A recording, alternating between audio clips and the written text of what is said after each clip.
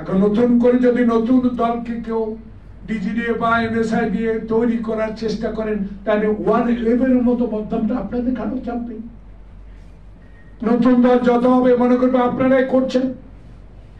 দল হোক স্বাগত জানাই, কিন্তু এমন দল হোক যেটা মঈন ফখরুদ্দিন আলু মার্কা দল করার চেষ্টা করছে, ক্ষমতায় থাকতে পারে। তাই সেদিন দেশনেত্রী বেগম খালেদা দেখেন সৎ নেত্রী, দেশ প্রেমিক নেত্রী, স্বামীর মতো।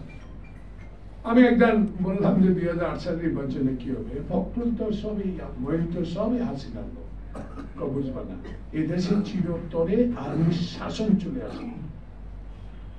এই আর্মির শাসন থেকে দেশকে গণতন্ত্রের পথে আনতে হলে 2008 নির্বাচনে যেতে হবে। আমি যে সিদ্ধ পাবেন না, 10টা পাবেন, 12টা পাবেন, খুব বেশি বুঝো না, আসো নির্বাচন করে। নির্বাচনের পর যখন দেখা করে বললাম কি হলো, কি ঘটলো, কিচ্ছু না, ডোন্ট ওয়ারি।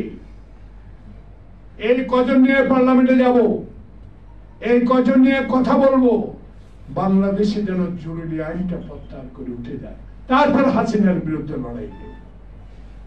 এত সৎ, এত সততা।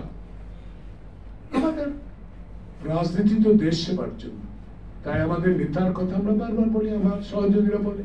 আমি স্পষ্ট গলায় যেদিন বলতে পারি, জিয়াকে সেদিন আমি চিনেছি যেদিন তার কণ্ঠে আমি পালনের ছাত্র ছিলাম। আমি নিজ কানে শুনিনি, আমার বন্ধু এসে বললো যে এক মেজর জিয়ার স্বাধীনতা ঘোষণা করে, সেই সদরঘাটি নৌকা দিয়ে পার হয়ে যে যুদ্ধে অংশগ্রহণ মানুষটি আসছে। ওর আমার কথা এই জন্য বলি, সততা ছিল। বিশ্বের দরবারে বাংলাদেশকে গণতান্ত্রিক দেশ হিসাবে, একটা স্বাধীন দেশের স্বাধীন চেতা মানুষ হিসাবে পরিচিতি লাভ করার জন্য যে লোকটা সারা জীবন কাজ করেছে, তাকে অর্থনীতি দিতে হয়েছে। এই কারণে যে দেশে গণতন্ত্র থাকে না, যে দেশের সার্বভৌমত্বের প্রতি অন্য দেশের উপর নির্ভর করতে হয়, সেই দেশে কোনোদিনও প্রকৃত গণতান্ত্রিক রাজনৈতিক কর্মী টিকে থাকে। বিএনপির তারেক রহমান দেখেন, তার সাথে আমরা ইউনিয়ন পরিষদের প্রতিনিধি সভায় কাজ করার সৌভাগ্য হয়েছে।